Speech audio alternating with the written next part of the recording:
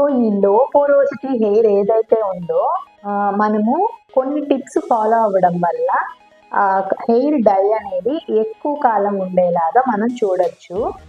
Medium porosity అంత time వరకు మనం ఎక్స్టెండ్ చేయొచ్చనమాట. ఆ టిప్స్ అనేది ఏంటి అనంటే, ఫస్ట్ థింగ్ ఏంటి అనంటే, మనము హెయిర్ డై పెట్టుకునే ముందు బాగా వాష్ అవుట్ చేసుకోవాలి హెయిర్‌ని. ఆయిల్ ఉండకూడదు, కండిషనర్ ఉండకూడదు. ఓన్లీ హెర్బల్ షాంపూ పౌడర్‌తో అయినా సరే, హెర్బల్ షాంపూతో అయినా సరే నీట్‌గా వాష్ చేసేసుకొని, హెడ్ బాత్ చేసిన దాని మీద మాత్రమే ఈ హెయిర్ డై అనేది పెట్టాలి. హెయిర్ డై పెట్టిన తర్వాత ఈ లో పోరోసిటీ హెయిర్ ఉన్న వాళ్ళు ఏం చేయాలి అనంటే, హెయిర్ క్యాప్ ఒకటి పెట్టుకోవాలి. సో, దానివల్ల ఏమవుతుందంటే హీట్ జనరేట్ అవుతుంది. హెయిర్ క్యాప్ పెట్టుకున్న తర్వాత మీరు కొంచెం హెయిర్ డ్రైయర్ కానీ పెట్టుకుంటే ఆ వార్మ్త్ అనేది ఆ హెయిర్ క్యాప్‌లో ట్రాప్ అయ్యి, ఆ వార్మ్‌నెస్ వల్ల ఏమవుతుంది, మన హెయిర్ స్ట్రాండ్ అనేది కొంచెం స్వెల్ అవ్వడం జరుగుతుంది. స్వెల్ అయినప్పుడు క్యూటికల్స్ ఓపెన్ అవుతాయి.